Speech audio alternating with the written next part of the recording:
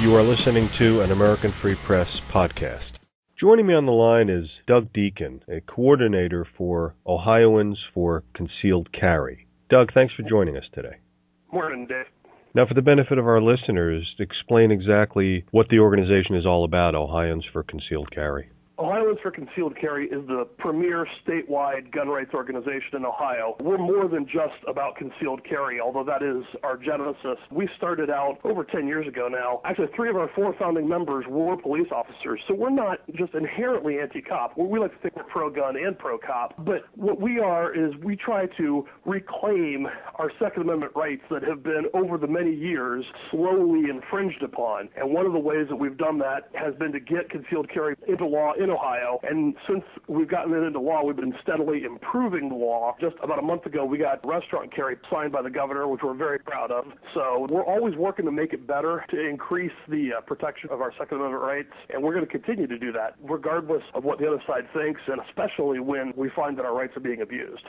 Okay. Doug, this matter was brought to my attention when I saw a news story online about an Ohio cop being suspended after cursing out a card-carrying gun holder. Now, it was a long video. I watched the entire video. It was almost 20 minutes, if my memory serves me correctly. And it was shocking because, as is the case across the country, it seems, police forces are abusing the citizens of this country and acting like judge, jury, and executioner. And they really took this poor fellow to task. And, of course, on your website, which is www.ohioccw.org, you have the video there, and as you say in your explanation of it, the audio is enhanced, and also that the video contains a substantial amount of vulgarity. I guess that's an understatement, isn't it, Doug?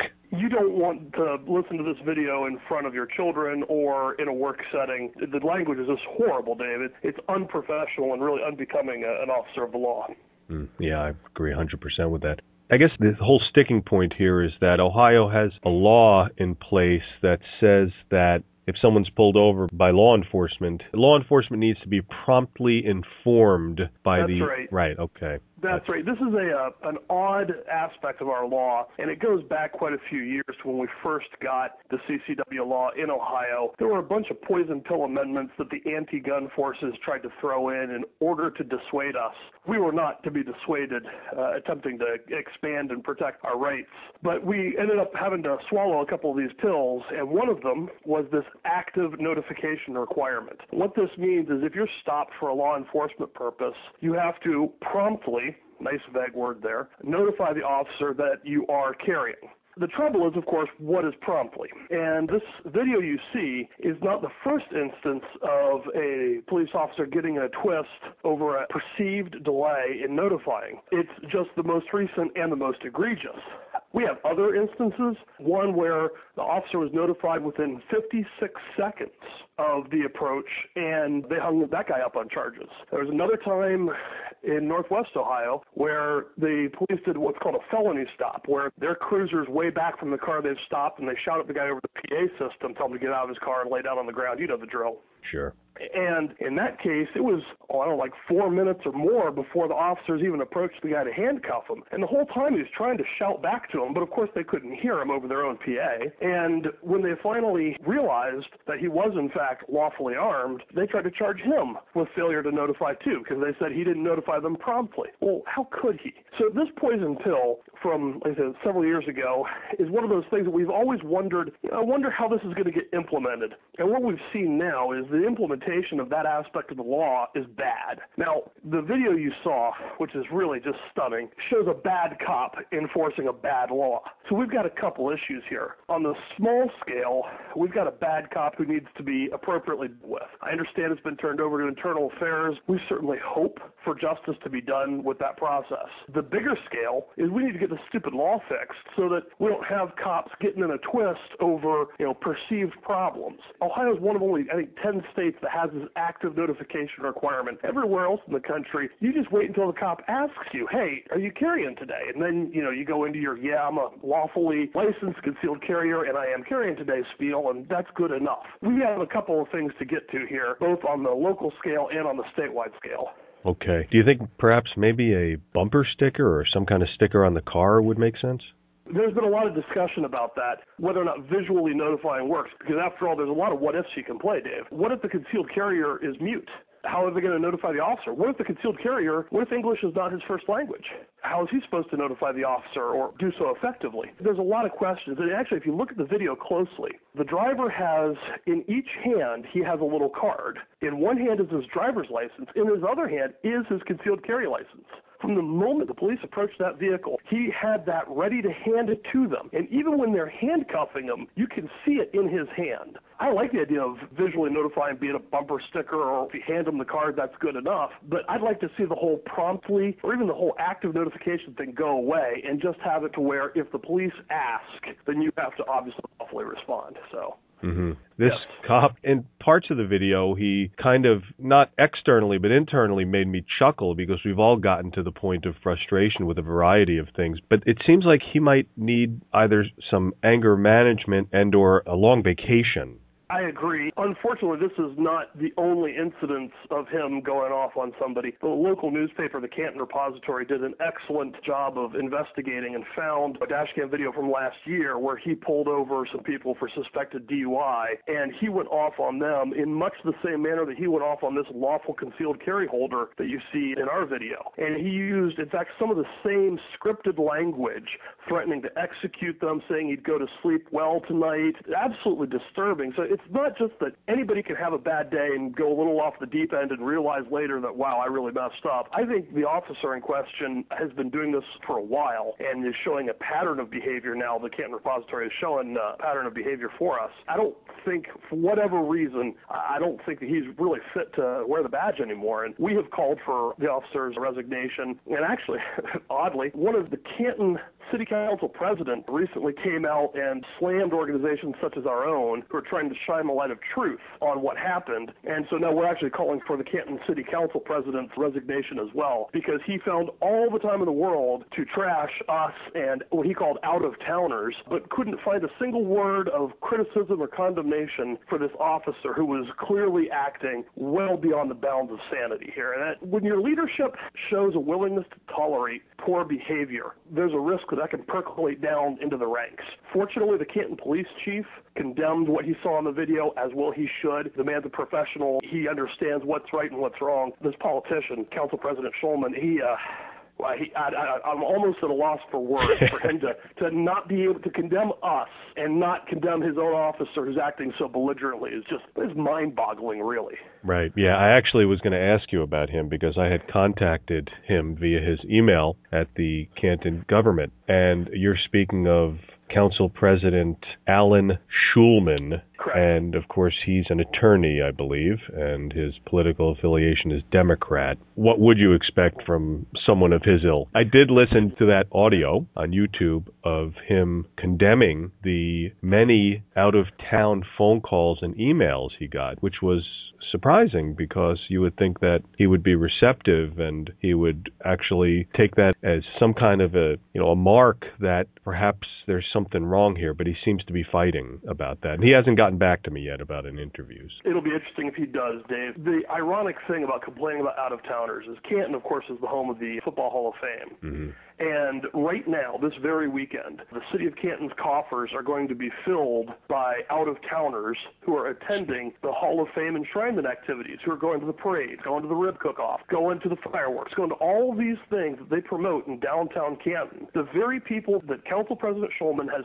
such contempt for, who he derides so eloquently, but can't find a single word of criticism for this out-of-control officer. Those very people he dislikes are the very people filling Canton's coffers right now. Canton has enough economic problems. He doesn't need to be trying to tick off the few people who actually still bring money into his city. Right. The whole thing it's surreal, Dave. It really is. Right, it is. You could make a joke out of it, somewhat of a joke, saying that his comments on the out-of-towners and the out-of-control cop clearly show that he is out of touch. Absolutely right. We were at first heartened by the response from the police chief. The police chief came out the day after our video was released and said that this in no way reflected what he expects of his officers and so forth. I'm paraphrasing, but it was a good, solid statement, what you would expect from a competent supervisor. But then at the council meeting, to have the council president act in such a way was this is beyond the pale. No one should be criticizing those who shine the light of truth and then staying silent about the men who do such horrible things. The council president really, he does need to go. He is out of touch.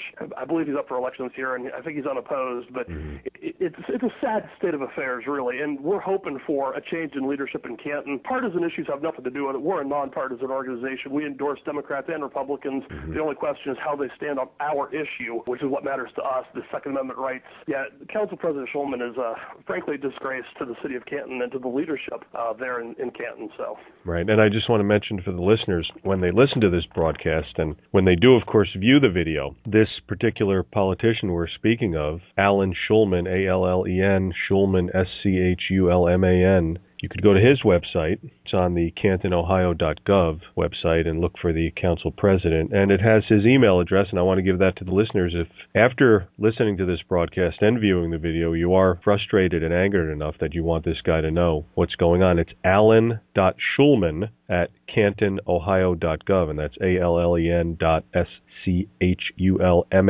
at CantonOhio.gov, and Canton, of course, is spelled C-A-N-T-O-N. So let Council President Schulman know how you feel, because he wants to hear from out-of-towners.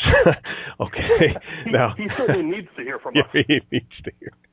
Now, you mentioned just a bit earlier, probably the most disturbing part of this episode, this tirade from this cop, Daniel Harless, H-A-R-L-E-S-S, and he's a 45-year-old patrolman. And, of course, he accosted physically and verbally William Bartlett, a 52-year-old man. And, of course, Bartlett was so polite to this guy. And he was very compliant, very, very compliant, yes. Compliant, very polite. He even was hurt when he handcuffed him and he asked if he could do something. But probably the most disturbing part of the whole thing was when he was screaming at him and saying that what I should have done was, why don't you tell our listeners about that? Yeah, he said when he first saw the gun or saw the bulge that he should have taken 2 steps back, drawn his .40, and put 10 bullets in his, well, we'll say posterior for the sake of radio. And then later he said he should cave his head in. He said he should blast him in the mouth. He said he could execute him and go home and sleep well that night, and even implied that his partner, Officer Deals, would make a good witness for him, right, which is very, very disturbing.